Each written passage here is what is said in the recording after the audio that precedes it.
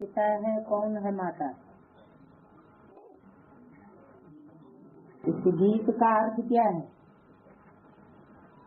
कहते हैं जगत के माता पिता, और किसी को तो नहीं कहेंगे। मित्र संबंधियों आदि सबको छोड़ो और बुद्धि योग अपने सच्चे माता पिता जो सच्ची के रचयिता हैं उनसे लगाओ। सृष्टि साकार है तो साकार सृष्टि को रचने वाले माता पिता भी कैसे होंगे? साकार ही होंगे। निराकार बाप ज्योति बिंदु तो आत्माओं को ज्ञान दे करके निराकारी आत्माओं को बोध देते हैं कि तुम बिंदु आत्मा हो।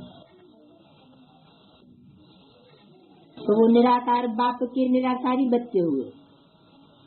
बिंदु बिंदु आत्माओं का बाप ज्योति बिंदु, उस ज्योति बिंदु बाप के साथ बिंदु बिंदु आत्माओं का दूसरा कोई संबंध नहीं बनता।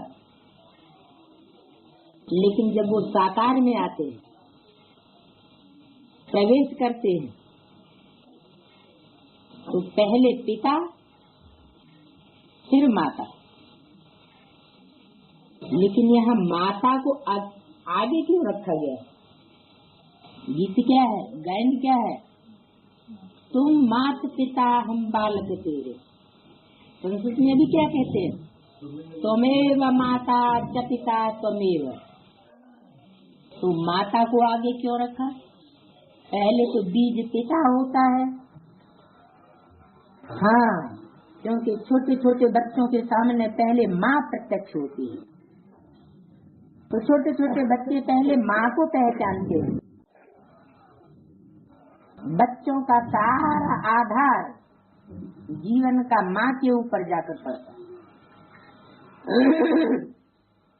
तो जो रचयिता माता पिता हैं उनसे बुद्धि योग जुटाओ। ये जो माता पिता मित्र संबंधी आदि हैं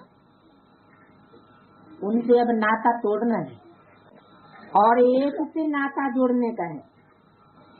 वो तो 84 जन्मों के 84 माता पिता हुए, अनेक हुए,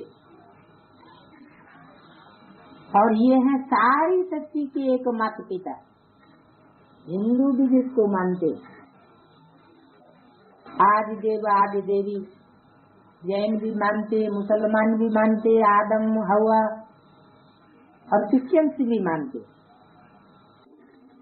एडम और ईव। तो जो सारी सृष्टि के सच्चे माता पिता हैं उनसे नाता जोड़ना है। नाता माना संबंध है, क्लोज कांटेक्ट। तो जिनसे नाता तोड़ने का है उनको भी माता पिता कहा जाता है, और जिनसे नाता जोड़ना है उनको भी माता पिता कहा जाता है। गाते हैं तुम माता पिता हम बालक तेरे, तुम्हारी कृपा से सुख घनेरे। तो क्या मनुष्य सृष्टि की हर मनुष्य आत्मा को ये अनुभूति होती है उन बेहद के माता पिता से कि तुम्हारी कृपा से सुख घनेरे जितने हमको मिलते हैं उतना दुनिया में और कोई हद के माता पिता नहीं दे सकते। क्या 500 करोड़ आत्मा ये अनुभव करती है? कैसे 500 करोड़ मनुष्य आत्मा कैसे अनुभव करेंगी कि हमने सुख घनेरे माता पिता से पाए? जब उनको अपनी आत्मा का ज्ञान हो जाएगा कि हमारी आत्मा जब इस सृष्टि रूपी रंगमंच पर उतरती है तो उस समय सबसे जास्ती सुखी होने का फाउंडेशन हमने कहाँ लगाया? जो पहले पहले सत्व प्रधान स्टेज में हर आत्मा को आके स्वर्ग का सुख महसूस होता है, दुख महसूस नहीं होता। तो ज्ञान के आधार पर हर आत्मा की बुद्धि में ये बैठेगा कि जरूर वो निराकार बाप इस सृष्टि पर आकर के साकार माता पिता का पार्ट बजाता है, और वो हमारा भाग्य बनाता है। वो है भाग्य बनाने वाला और सब है भाग्य बिगाड़ने वाले। तो ऊंचे से ऊंचा करतार कहा जाता है। तो क्या करता है हमारे लिए? ऊंचे से ऊंचे भाग्य की रचना करता है। ऐसी कोई भी मनुष्य आत्मा नहीं है जो इस बात का अनुभव न करे। तो उस माता पिता ने हमारे भाग्य को ऊंचे से ऊंचा बनाया। तो जो भी आत्मा परम धाम से उतरेगी वो पहले जन्म में ऊंचे से ऊंचा सुख प्राप्त करेगी। उसके बाद के जो जन्म होंगे जो लौकिक माता पिता से होंगे उनमें इतना सुख अनुभव नहीं हो सकता। तो तुम माता पिता हम बालक तेरे वो सब एक को कहते हैं, और वह लौकिक माँ बाप तो सबके अलग अलग है।